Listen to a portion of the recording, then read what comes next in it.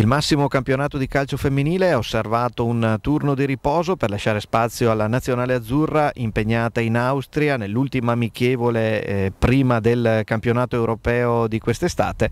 Siamo qui con il tecnico del Verona femminile Renato Longega. Allora Renato, ci sono ancora 4 giornate da disputare, sabato si torna qui allo Stadio Olivieri di Verona contro la Lazio, una partita che non dovrebbe essere proibitiva per il Verona.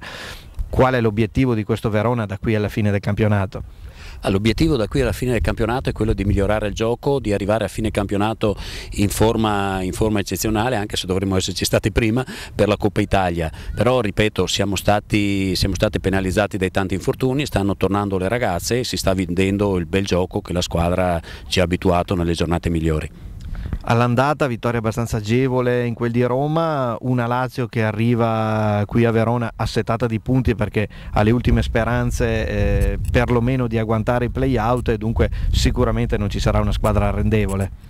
Sicuramente no, anche perché l'ho vista una quindicina di giorni fa a Mozzecane e la squadra ha un bel gioco, è battagliera e direi che l'ho vista in buona condizione. Credo che non sarà una partita facilissima, però è chiaro che noi dobbiamo andare in campo per vincere, ma soprattutto per divertire.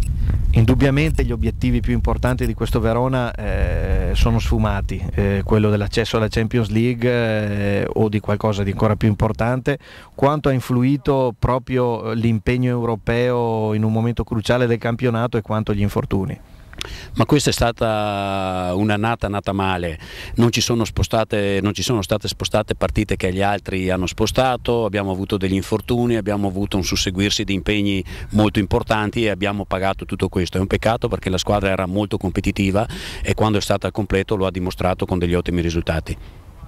Ed ora andiamo in sala stampa per sentire una giocatrice che sta rientrando, è atteso il suo rientro, forse qualche apparizione già nella prossima partita con la Lazio, Veronica Belfanti. Finalmente dopo 7 mesi posso dire di tornare ormai a disposizione per la squadra, non di certo potrò subito giocare titolare, sarà molto difficile, però comunque anche solo sedermi in panchina e magari sperare in 5 minuti in una partita, quello me lo auguro. Infortunarsi dopo la seconda giornata di campionato devo dire che non è stata positivo, anzi negativo, perché comunque davanti sapevi già di poter giocare molte partite.